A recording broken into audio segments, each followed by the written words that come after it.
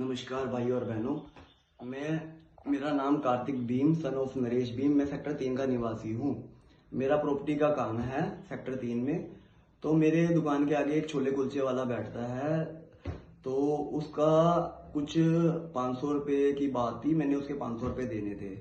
तो किसी कारणवश मेरा ऑफिस छूट गया और उसके बाद मैं बीमार हो गया। 1 महीना मैं अपने घर से बाहर नहीं निकल पाया, जिस कारण मैं ना तो मोहनलाल से मिल पाया और ना मैं किसी से मिल पाया, ना मैं बात कर पाया। तो जब मैं ठीक हुआ तो मोहनलाल का मेरे पास फोन आया। मैंने फोन उठाया इसका, तो ये 500 पीछे मुझे गाली गलौज करने लग गया। तो मैंने इसको कहा, भाई गाली गलौज मत करो, गाली गलौज करना अच्छी बात नहीं होती है। भी तेरे माँ बाप और मेरे माँ बाप एक ही है, कोई अलग थोड़ी है। तो मैं कहा 500 की बात है, 500 रुपये तू अपना गूगल पे नंबर दे, मैं कर देता हूँ। मैं अभी साथ के साथ मैं कहा मैं बीमार था तो मैं नहीं कर पाया।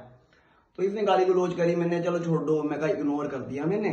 मैं कहा चल छोड़ यार, इसने गाली दी है, कौन सा मेरे लगी है, मैंने छोड़ दिया।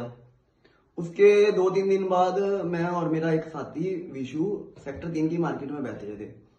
तो मोहनलाल और उसके कुछ 10-15 साथी आए और ये आए तो हमारे सामने खड़े हो गए, हमारे साथ बात करने लगे। तो हमसे बात करने लगे, गाली गलौज करने लगे।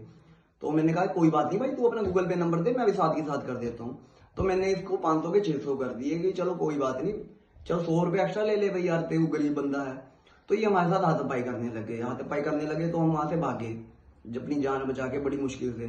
कोई बात नहीं, चलो फिर हम वहां से भागे। अगले दिन सुबह हम इसकी दुकान पे गए बात करने, तो ये हमें फिर गाली गलौज करने लग गया। तो हम हमारी इसके साथ फिर हाथापाई होगी।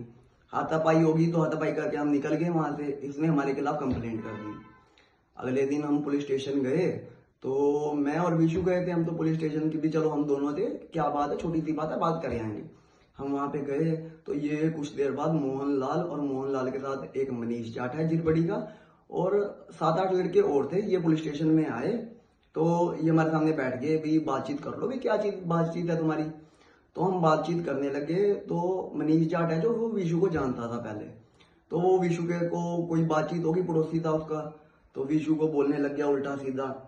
तो मैंने उसको कहा भाई जो बात है वो बात करो, अभी हमारा जो लड़ाई है मोहन वाली लड़ाई वाली बात है तो वो करो। तो ये मेरे साथ उल्टा सीधा बोलने लग गया। तो मेरी भी बहस होगी, मैं भी बोलने लग गया। तो ये पुलिस वालों के सामने बोल खड़े हो गए, ये हमें मारने के लिए। कहते कोई बात नहीं, तू बड़ा बदमाश है, कोई बात नहीं, तेरे को हम देखते हैं, बाहर भी मैं जेल रह के आया हूँ, तेरे को मैं बताऊंगा क्या होता है, क्या एक बार और जेल रह आऊंगा अभी तेरे मार के। तो पुलिस वालों ने इनको खड़ा किया, पुलिस वालों ने इनको भगा दिया, जो तुमने कार्रवाई करनी है वो कर देंगे, कोई नहीं, ये चले गए जी। उसके बाद हम अपना घर आ गए। उसके बाद योगेश शर्मा है जी, जेजीपी का लीडर कुरुक्षेत्र से, उनका फोन आता है इनकी तरफ से कि भैया ऐसे ऐसे तुमने इसके साथ ये किया वो किया। मैं कहा चलो कोई बात नहीं भैया, उसकी भी रिकॉर्डिंग है मेरे पास। हमने कहा चलो चलो सोल्व कर लेते हैं। हमने बात सोल्व कर ली। उन्होंने, योगेश ने मेरे को अपने ऑफिस में बुलाया, मैं नहीं गया क्योंकि जो मनीष जाट है वो योगेश का साथी है, तो ये अपने ऑफिस में बुला के लोगों के साथ मारपीट करते हैं, तो मैं नहीं गया। तो चलो हम भूल भुला गए बातचीत।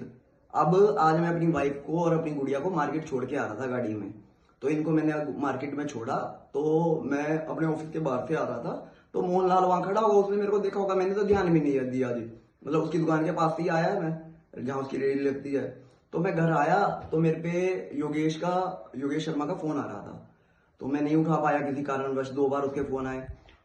उसके बाद मेरे पास मेरे साथी विशु का फोन आया, कह रहा भाई कहाँ पे है। मैं कहा मैं घर पे हूँ।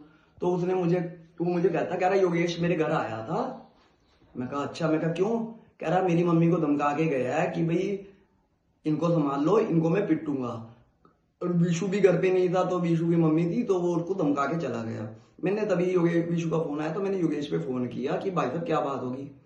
मैं योगेश से बात कर रहा था तो वो मुझे गाली गलौज करने लग गया। उसने गाली गलौज करी तो मैंने भी गाली गलौज करी जी। वो मेरे को जान से मारने की धमकी दे रहा है, ठीक है, कि भाई तू अब बाहर निकल, तेरे को मैं बताता हूँ, मैं तो अध्यक्ष हूँ यहाँ का जेजीपी का, भाई तू तो गया बेटे कि भाई तू बाहर निकल, तेरे को तो मैं जान से मारूंगा।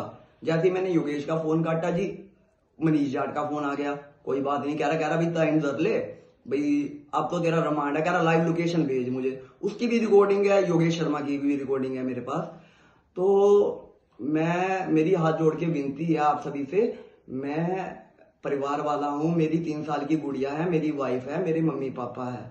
तो आज मेरी विनती है आप सबसे कि भी मेरी मदद करी जाए, और आज मुझे या मेरे परिवार को या बीशु के परिवार को कुछ भी होता है तो उसके जिम्मेवार योगेश शर्मा जो जेजेपी का लीडर कुरुक्षेत्र से है, और मनीष जाट और मोहनलाल और उसके जो 7-8 अन्य साथी है वो होंगे। कृपया करके मेरी मदद करें, मैं बहुत परेशान हूँ। इन्होंने मुझे बहुत तंग कर रखा है, ये मुझे बहुत परेशान कर रहे हैं। रोज फोन करते हैं, रोज धमकी देते हैं। मैं अपने घर से बाहर नहीं जा पा रहा, मैं काम नहीं कर पा रहा। कृपया मेरी मदद करें।